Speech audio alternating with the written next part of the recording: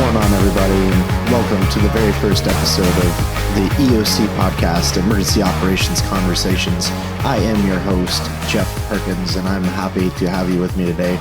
This podcast is all about diving into the world of emergency management, public safety communications, technologies, and really anything that has to do with emergency response of any kind. But before we get into what this podcast is all about, I'd like to take a moment in this episode, number one, to introduce myself and share a little bit about my background, because I think it's important to know the why behind what exactly we're doing here. The first people that are going to probably hear this podcast are going to be no stranger to myself. But for those of you who don't know me, my name is Jeff Perkins. I've spent the last decade working in various sectors of public safety and emergency management. I'd say that my career began many years ago when I was younger and was trying to find my path and figure out what it was exactly that I wanted to do. I had a knack for writing and rhyming and really enjoyed that. So that's what I decided my career was going to be, was a rapper. So I did that for some time and invested some money into that, and really didn't have much to invest into it, but it wasn't really paying the bills. It was a lot of fun, but it really wasn't paying the bills. So I needed to figure out what I could do with my time that didn't cost money, but actually made money.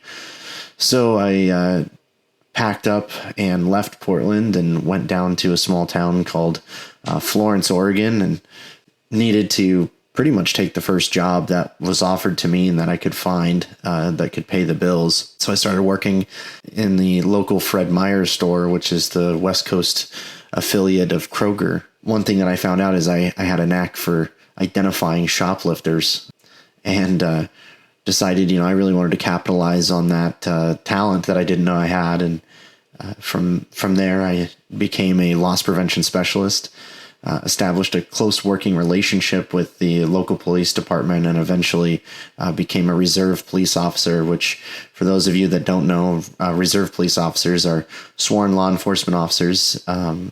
They go through all the same training and background investigations and everything else that a paid police officer goes through. The only difference is that they don't get paid for their time. I wanted to be involved in some way, shape, or form, and so that was a really good opportunity for me. And what it did was it allowed that agency to know who I was, vet me completely, see how I perform on the job, and I was really able to earn their trust. Well, a dispatch position came open, and so I put in for it and applied, and ended up getting hired, and went off and attended a basic telecommunicators course at the Oregon Public Safety Academy, and was locked in from that moment forward. It was probably the absolute hardest job I've ever done, and I've still never had quite the extreme learning curve on any other job that I've had since, but I was able to cut my teeth in dispatching in an agency where you did it all. You did everything from, answering 911, business line calls, taking contacts at the counter, registering sex offenders, all the way up to doing jail checks and everything else. So it was a really interesting place to be a dispatcher. A lot of centers are divided on who does what. A lot of the time there will be a dedicated call taker while they put in notes into CAD, and the dispatcher then dispatches units to wherever they're going.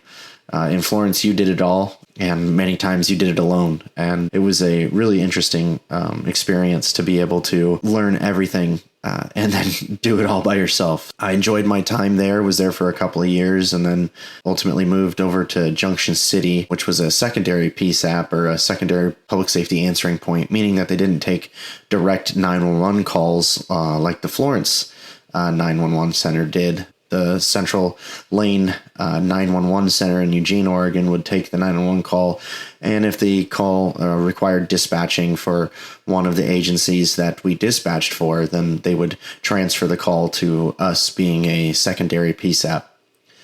We would also take, business line calls and other things like that. That was a really interesting experience. It was more of like a farming community, but also had a little bit of a suburban component to it with its close proximity to Eugene. A lot of people lived there and then commuted into the city of Eugene for work. After Junction City, I experienced some burnout and really didn't have any desire to continue dispatching or going back into the field of public safety dispatch. I had definitely a love for it, but I knew my time was over in that profession and really needed to find something different. And started working as a contractor for the Federal Protective Service in 2020, and dealt with a lot of very angry people. Worked in a lot of boarded up federal buildings. Dealt with a lot of protests, and really just needed to find something different that wasn't so mentally exhausting on a daily basis. So after about a year of doing federal security contracting, I reached out to a contact that I had previously. He owned a radio company for public safety and private two-way radio, and he said that he would give me a chance to be a salesperson. So I went on to work for that company and enjoyed my time there, but realized that I was probably the worst salesperson on the face of the earth. I couldn't sell snow to a polar bear, and said, all right, well, this is not for me. And before I came to that conclusion, my friend and boss decided that wasn't for me, and so I was let go. Shortly after being let go from that, I went to work for the city of Portland in the Bureau of Emergency Management, where I really kind of found my niche for emergency management work as an operations analyst.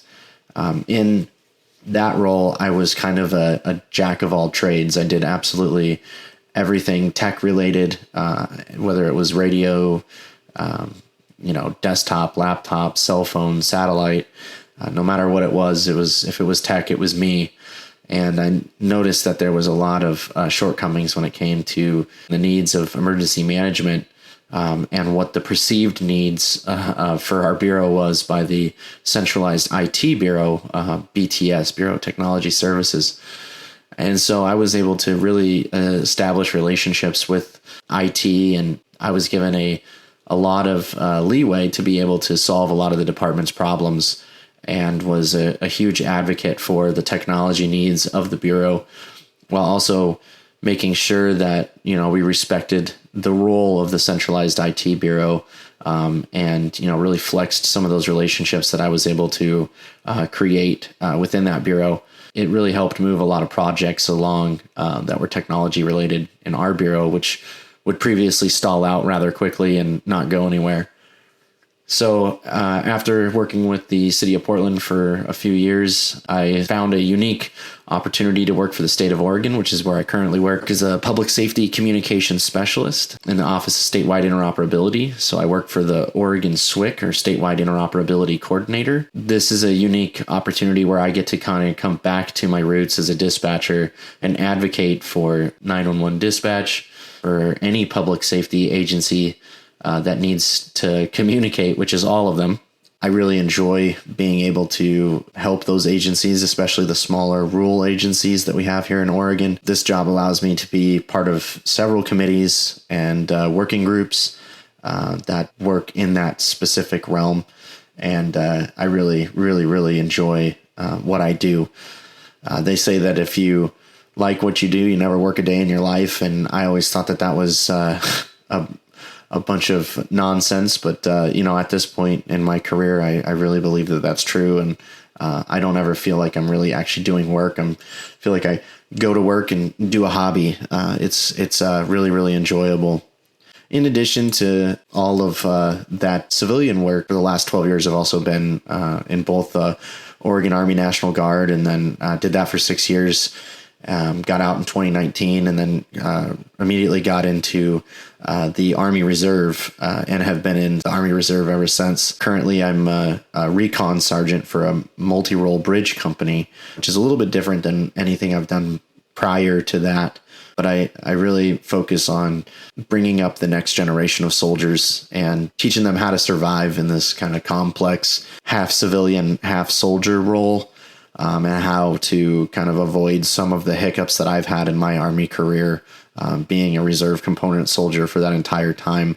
I think it's important just to kind of keep the next generation on track and allow them to learn from my mistakes so they don't have to necessarily repeat them. So now you know a lot about me and where I came from. So what is this EOC Emergency Operation Conversation podcast going to be about? Well, obviously, as the name kind of says, it's going to be about emergency operations and conversations about those. So really, I want this to be a space where we can have guests from all throughout public safety, emergency management, military, what have you, come in and share their experiences. We can talk about emerging technologies. Really, the opportunities are endless here on what we can do with this. But I know that as a podcast listener myself, I want to pick a podcast that's going to get me something. It's going to do something for me. I now know something that I didn't already know, or I now feel something that I didn't already feel. So really, that's the main goal and purpose of this podcast, is to provide you, the listener, with something that you didn't have previously, no matter what that is, and allow you, the listener, to come in and engage with your fellow emergency managers or emergency service practitioners throughout the public safety ecosystem and share your experiences and what your journey has been all about. I want to leave you with insights, inspiration, actionable takeaways that you can apply in your own work or understanding of public safety. And hey, if you're like me and love geeking out about communications equipment, interoperability, and leadership in crisis scenarios, then I think that that's definitely a route that we'll take in this podcast. I think that this is definitely the place to speak about those different things. And I'm really excited about being able to do that. This is just the beginning. Again, this is episode number 1, really just introducing myself and what this is going to be all about. So if you're interested in being in this podcast and speaking to your fellow emergency practitioners, please reach out, let me know, and I'd love to have you on. Until next time, this is Jeff Perkins reminding you to stay connected, stay prepared, and keep building those bridges. We'll see you next time.